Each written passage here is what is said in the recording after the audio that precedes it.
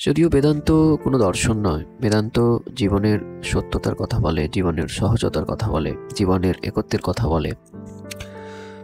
বেদান্ত কথার অর্থ হলো বেদের অন্ত, বেদ মানে জ্ঞান, তো জানার শেষ বা জানার চূড়া যেখানে, সেটাই বেদান্ত। কারণ এরপরে, বেদান্তের পরে কোনো কিছু জানা বাকি থাকে না। জানা বাকি থাকে না মানে প্রশ্নকারীর আর প্রশ্ন কিছু থাকে না।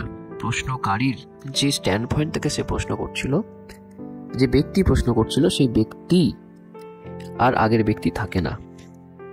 তার জানার শেষ হয়ে যায় বা তার আর জানার প্রয়োজন থাকে না। তো বেদান্ত, একটা কথায় বলতে গেলে, বেদান্ত জানা অজানার পরের কথা বলে। আমরা যুক্তি দিয়ে এটা দেখানো যেতে পারে যে যার জ্ঞান যত বেশি তার অজ্ঞান তত বেশি, মানে জানার সাথে সাথে অজ্ঞানও তত বেশি বাড়ে। যে যতটা জানে সে ততটাই ঠিক নাও জানে। তা যার অজ্ঞান বেশি, যার জ্ঞান বেশি, তার অজ্ঞানও ততটাই বেশি।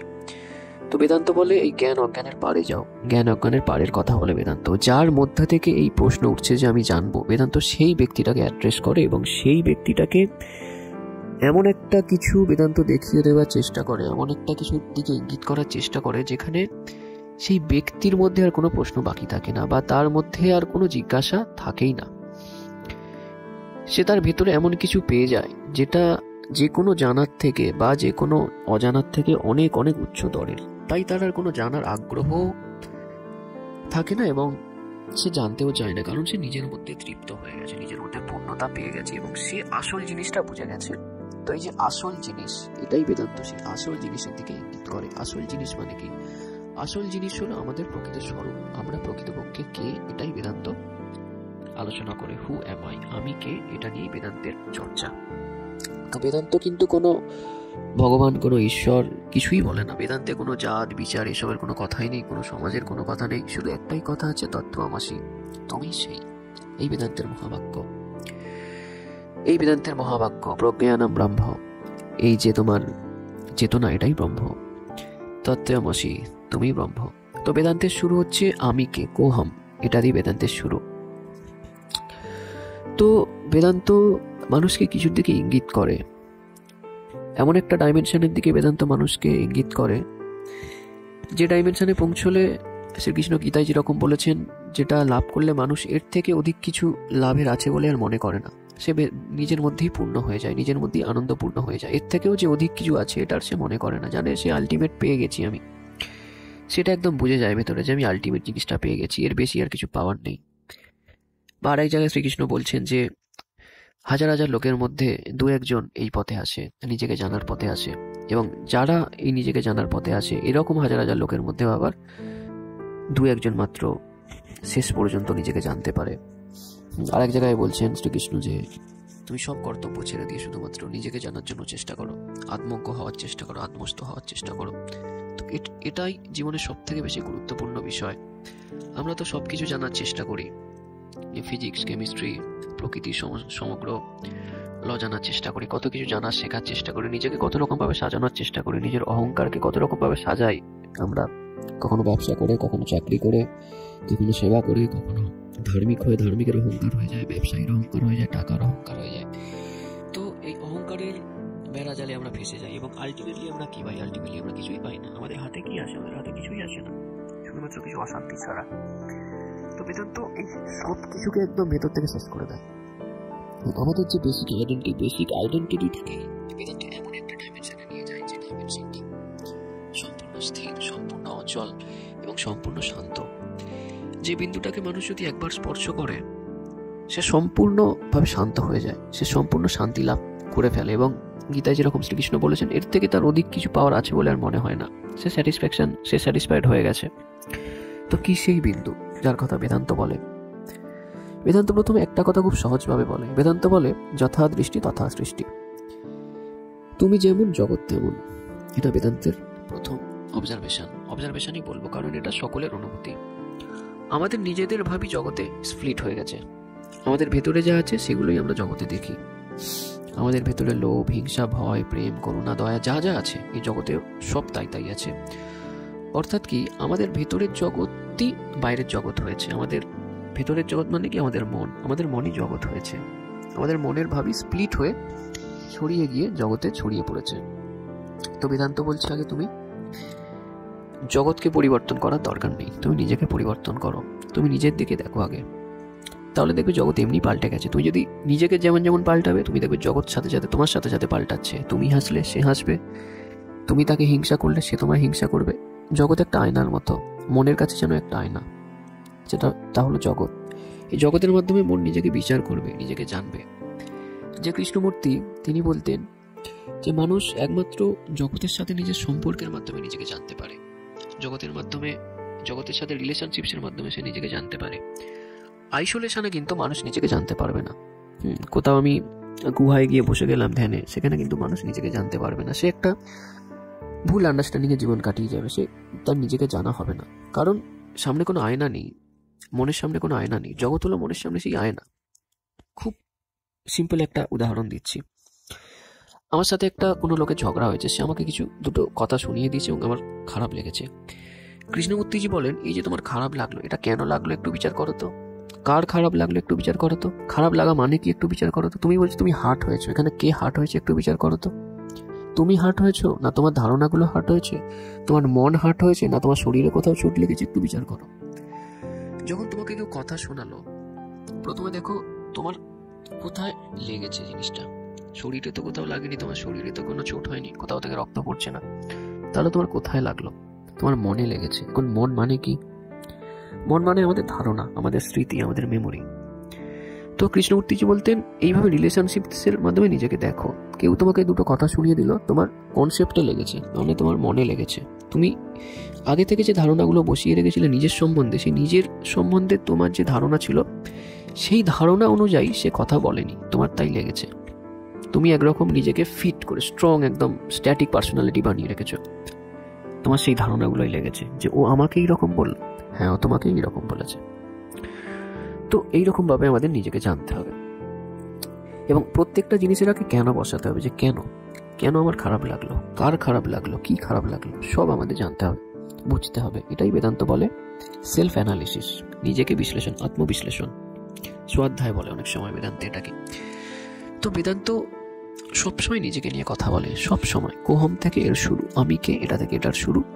এবং বেদান্ত কিন্তু কখনো এটার স্পষ্ট উত্তর দেবে না বা কেউই দিতে পারে না। তুমি কে এটা সম্পূর্ণ তোমার নিজের বোধ, তোমার নিজের আন্ডারস্ট্যান্ডিং। তুমি যদি নিজেকে শরীর বলেই সারা জীবন ভাবো, তাহলে সেই মতো তুমি ব্যবহার করো, সেই মতো অ্যাক্ট করো।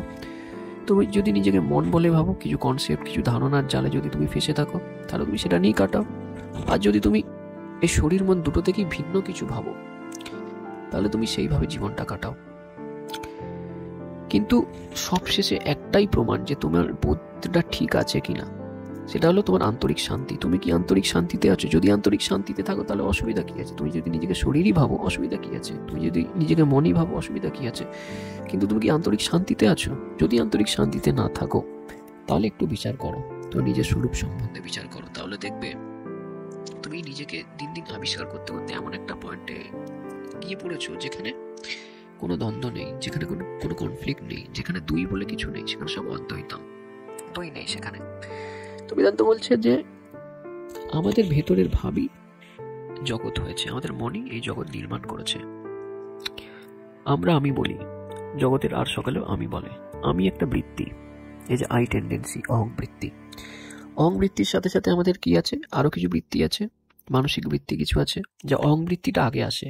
আমি বলি আমার ভয়, আমার হিংসা, আমার লোভ, আমার দয়া, আমার বাসনা, আমার কামনা। তো অহং বৃত্তি আগে দাঁড়িয়ে আছে, তার উপর এই একের গায়ে শূন্য লাগালে যেরকম লোভ, ভয়, হিংসা, কামনা সব একের গায়ে শূন্যের মতো বেরিয়ে চলেছে, সংখ্যা বেরিয়ে চলেছে। কিন্তু এগুলো শূন্য, তার আগে এক হচ্ছে রিয়েল। এক মানে কি, আমাদের অহং, আমিত্ব। আমিত্ব না থাকলে সবটাই জিরো। যখন আমরা ঘুমের মধ্যে থাকি, ডিপ স্লিপে থাকি, গভীর ঘুমে থাকি, যখন আমাদের আমি আছি এই বোধ থাকে না, স্বপ্ন যখন দেখি না, আমরা একদম গভীর নিদ্রায় থাকি, তখন কি এই বৃত্তিগুলো সব জিরো থাকে। আমরা যখন সেই গভীর ঘুম থেকে উঠি, আমাদের খুব রিল্যাক্স লাগে, কারণ কি এই কোনো বৃত্তি ছিল না, মন সেখানে ছিল না। তো বেদান্ত বলছে এই যে আমি, এই যে এক আগে দাঁড়িয়ে আছে, এই অহং, এই অহংয়ের তুমি বিচার করো। তুমি কে? তুমি কি এই বৃত্তিগুলো ছাড়া দাঁড়াতে পারো? তুমি দেখো এই বৃত্তিগুলো, এই যে লোভ, ভয়, হিংসা, যাই হোক না কেন, এই বৃত্তিগুলো কিন্তু তোমাকে ছাড়া দাঁড়াতে পারে না। তুমি আছো বলি এরা আছে। কিন্তু এই বৃত্তিগুলো ছাড়া তুমি কিন্তু একা দাঁড়াতে পারো। তার প্রমাণ কি? তার প্রমাণ হলো তোমার ডিপ স্লিপে এই বৃত্তিগুলো থাকে না, কিন্তু তুমি থাকো। কারণ আবার তোমার ঘুম ভাঙে, তুমি আবার ওঠো। তো বেদান্ত বলছে তুমি যখনই এই বৃত্তিগুলো থেকে নিজেকে আলাদা করে দেখতে পারো, এই সমগ্র এই বৃত্তিগুলোতেই তোমার মন তৈরি হয়েছে, এবং এই তোমার মনই তোমার শরীরটাকে চালাচ্ছে। তোমার মন যেরকম হবে তোমার শরীর সেই দিকে যাবে। তো তুমি যখন নিজেকে এই সমস্ত ধারণা, এই সমস্ত বৃত্তি, এই সমস্ত কনসেপ্ট থেকে যখন নিজেকে তুমি আলাদা করে একা দাঁড়াতে পারবে, তখনই তোমার যে আমিত্ব হবে সেটাই তোমার প্রকৃত আমিত্বের স্বরূপ হবে। তখনই তুমি দেখতে পাবে যে তুমি এই মন নও, তুমি শরীরও নও, তুমি সর্বব্যাপী। তো বেদান্ত এইরকম একটা কিছু থেকে ইঙ্গিত করে। বহু মহাপুরুষ, বহু আত্মজ্ঞ পুরুষ বহু কথা বলেছেন এই সম্বন্ধে। আমি কিছু সাজেস্ট করতে পারি।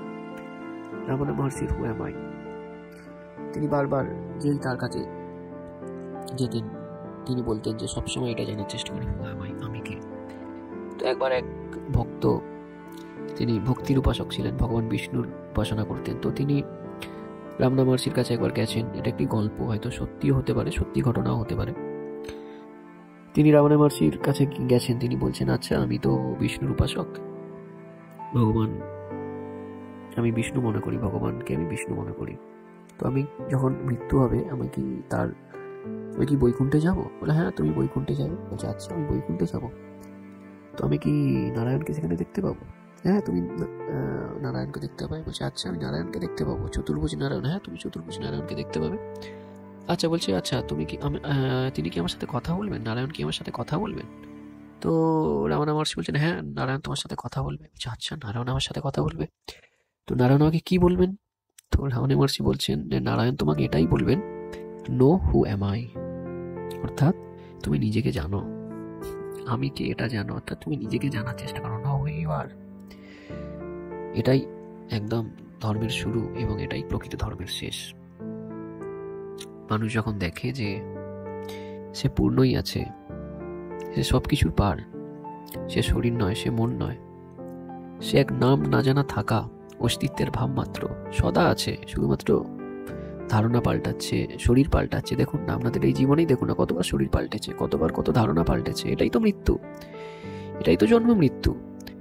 এই বহু জন্ম মৃত্যু হতে হতে কখনো কখনো কেউ কেউ এটা বুঝে যায় যে তার আমিত্ব সম্পূর্ণ এগুলো থেকে ভিন্ন। এই দেহের মধ্যেই বুঝে যায়। এই দেহের মধ্যে মানে কি, এই দেহটা তো আর স্থির নয়, কনস্ট্যান্ট বদলাচ্ছে, ধারণা বদলাচ্ছে, দেহ বদলাচ্ছে। আমরা স্থির কোথায়? প্রত্যেক দিন নতুন কনসেপ্টে জন্ম হচ্ছে, প্রত্যেক দিন একটা নতুন মানুষ জন্মাচ্ছে, আবার নতুন মানুষ, সেই মানুষটা মরছে, আবার একটা নতুন মানুষ জন্মাচ্ছে। তো জন্ম মৃত্যু কনস্ট্যান্ট চলছে আমাদের মধ্যে। আমরা শুধুমাত্র সচেতন নই, কখনো কখনো কেউ কেউ এই বহু জন্ম মৃত্যু, অর্থাৎ আমাদের যেই মনের ওঠা পড়া, শরীরের যে বদল, শিশু কাল মৃত্যু হয়েছে, যৌবন এসছে, যৌবনও মরে যাবে, বৃদ্ধ আসবে, বৃদ্ধও মরে যাবে, আবার একটা নতুন শরীর আসবে। তো বিভিন্ন এই যে জন্ম মৃত্যুর পর কোনো ব্যক্তি সত্তার মধ্যে, কোনো ইউনিটের মধ্যে এই বোধ জাগে যে সে ব্যক্তি নয়, সে চেতনা মাত্র, সে একজন বোধ স্বরূপ, সে নাম না জানে থাকা অস্তিত্ব। আপনি ভাবুন না আমাদের এই জীবন কতদিনের জীবন? ম্যাক্সিমাম 100 বছর। আমরা মানুষ হয়ে জন্মেছি, কত রকম আমরা শব্দের মাধ্যমে, ভাষার মাধ্যমে আমাদের মনের ভাব প্রকাশ করছি। জীবনটা কি স্বপ্নের মতো নয়? আমরা আসলে অনেক কিছু জিনিস বিশ্বাস করে নিয়েছি নিজেদের মতো করে। পূর্বজন্ম আছে, পুনর্জন্ম আছে, ঈশ্বর আছে, স্বর্গ আছে, নরক আছে, দেবতা আছে, দেবদেবী আছে। এইরকম করে আমরা কি করেছি, আমরা নিজেদের চারপাশে যেন একটা নিজেরাই একটা কমফোর্টেবল একটা বেড়া বানিয়ে ফেলেছি, এবং এর ফলে আমরা এই বেড়ার বাইরেটা আর দেখতে পাচ্ছি না। আমরা স্বাধীনভাবে ওপেননেস, সেই যে খোলা দৃষ্টিতে আর সত্যটাকে দেখতে পাচ্ছি না। আমরা এটা বুঝতেই পারছি না যে আমরা একটা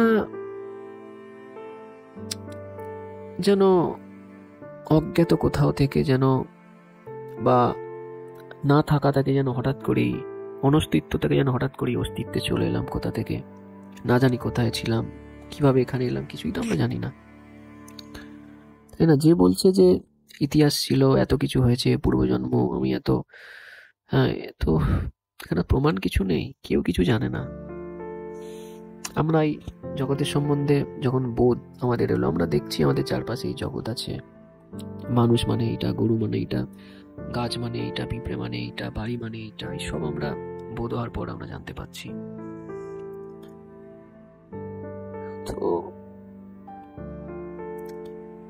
তো মানুষ যখন এরকম বলে যে কোথাও কোন স্বর্গে ঈশ্বর আছেন, তিনি সবকিছু বিধান করছেন, তো বিভিন্ন উপাসনা রিচুয়ালিস্টিক জিনিস যখন নিয়ে আসেন, তো এগুলো একটা শিশু সুলভ আচরণ মাত্র, আর কিছু নয়, বোধের অভাব মাত্র। একটু স্থির হন, স্থির হয়ে একটু বোধ পূর্ণভাবে দেখুন আপনি কোথায় ছিলেন। যেন বহুকাল কতদিন পর যেন একটা না থাকা থেকেই যেন একটা থাকার জন্ম হলো। তারপর আপনি দেখলেন যে এটাই মানুষ, এটাই মানুষ শরীর, এটাই বাঘ, এটাই সিংহ, এটাই গাছপালা, এটাই তারা, অন্য কিছু তো হতে পারতো। আপনি কোথায় ছিলেন, হঠাৎ করে কোথা থেকে পাইলেন? তো বেদান্ত এরকম প্রশ্ন আমাদের ছুঁয়ে দেয়। বেদান্ত রিজিড স্ট্রাকচারে কাউকে বাঁধেনি কখনো। কোহম, বেদান্ত বললেন কোহম, বিচার করো তুমি কে। বেদান্ত কখনো উত্তর দেবে না, বেদান্ত কিছু হিন্ট দিয়ে দেবে, কিছু পয়েন্ট করে দেবে।